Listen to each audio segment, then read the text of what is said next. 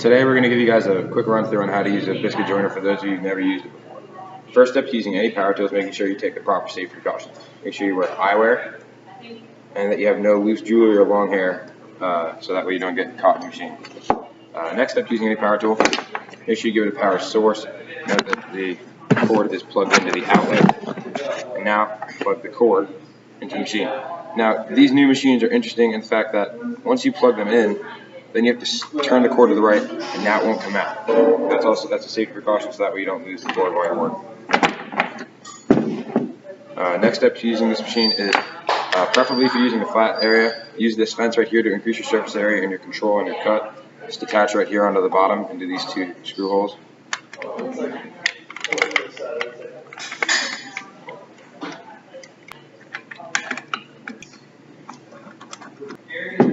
See?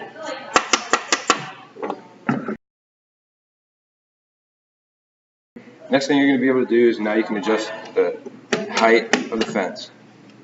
This is important to make sure that you get an accurate cut and you put the cut where you want it on the wood. So for example, right now, I'm going to put it down here at about, let's say, 20.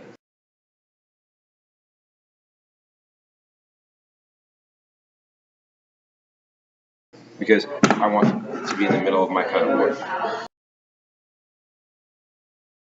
The next thing you can do is you can adjust the fence. The fence angle is used for whenever you want to apply pressure down onto the wood. Now, since we're going to be using a flat piece of wood today, we're going to use a 90-degree angle because the wood's going to rest up here and you're going to have a nice flat cut.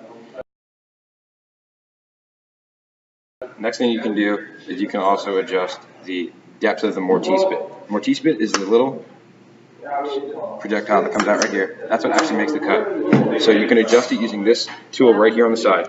You just push it up and then push it in. You can move it all the way down here. This is the longest depth cut right here. Notice how it comes out noticeably farther than when you put it in here.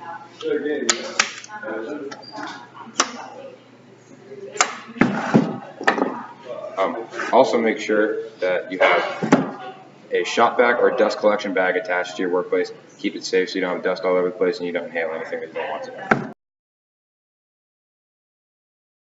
Next thing you can adjust is the mortise width. Again, the mortise is the bit that comes out right here. So this is the slimmest angle, next widest, and this is the full widest. However, you can not adjust to the full widest until you turn the machine all the way on. We're not going to do that today, but it's just a nice note to have. Alright, now you know how to use it. Now we're going to make a cut.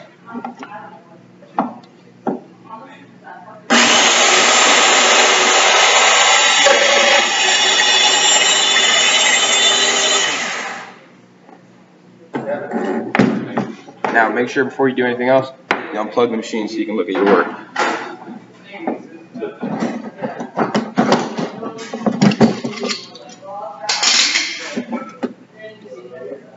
And that right there is a nicely cut piece of wood.